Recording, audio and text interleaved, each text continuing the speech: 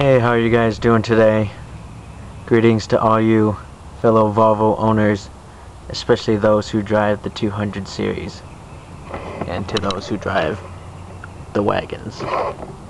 But today this video is the purpose to show you guys how to replace the large clock inside your clusters and replace them with the large tachometers. And for those of you who have the smaller, rounder quartz clock, I'm just going to show you guys how to do that too. One of these and the appropriate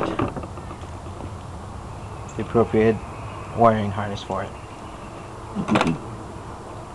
Here I have a cluster from obviously an older tach and an older speedometer style.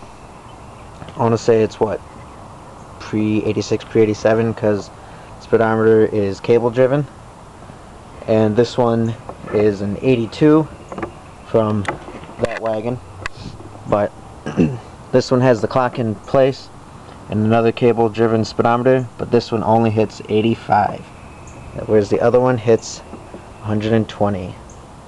Now with this one I'm going to show you guys how to remove the clock and what that entails. And I've already got the screws removed, so all we're going to do is just pry it out. At least I've got them loosened, not all the way out.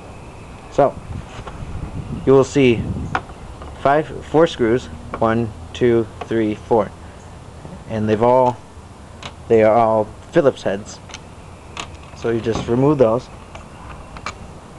and then take whatever flathead screwdriver you have, you gently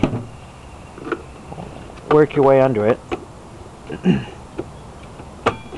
and you just carefully pry around it.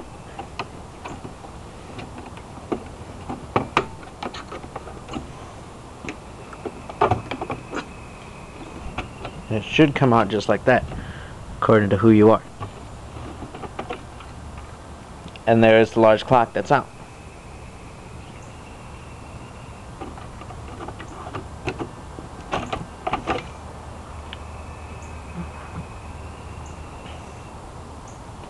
Oh yeah, for those who have the power, so he was questioning about the power, these two little wires, I do believe so, fit right on these two prongs, or not this one, these two.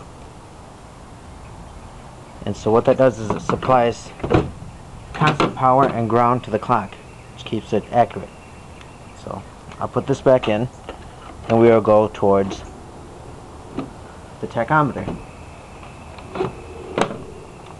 and I'll show you guys my knowledge on doing that too. So just take out the 4 screws,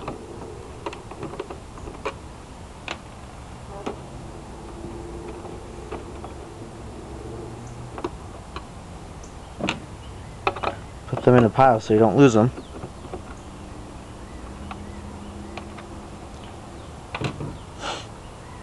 And the screws for this one are in the same place as they were on the clock. 1, 2, 3, and 4.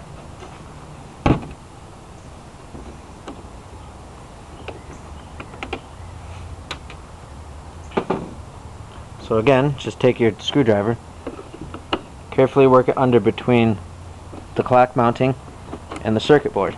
Don't pry up too hard. You don't want to crack the circuit board or whatever it is that's underneath. And then carefully work it up.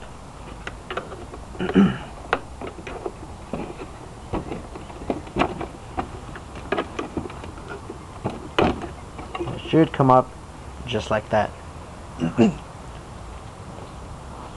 And this one, for you guys, this will have three prongs that it uses instead of the 2, whereas this one was just unused. And also this one will be used too, if you can see that. 1, 2, 3, 4. So, when you put this in the back of your cluster that you want to transplant this into, and if you have the smaller gauge, or the smaller clock with the harness, what these are, assuming you have the proper harness, this is ground, this is your constant power, and this is the power to your light supply. And on here, generally Volvo has been nice enough to always use, or at least from what I've noticed, to always use red as the constant power. The black is the ground, and then the green is for your light. I tell you this, for those who don't have a harness, you can make your own, like I've done with that one. So, to the other half of this video, we're going to show you guys how to transplant it from a 1982 wagon into a 91 sedan. So, I will show you guys how to remove your cluster and properly install everything.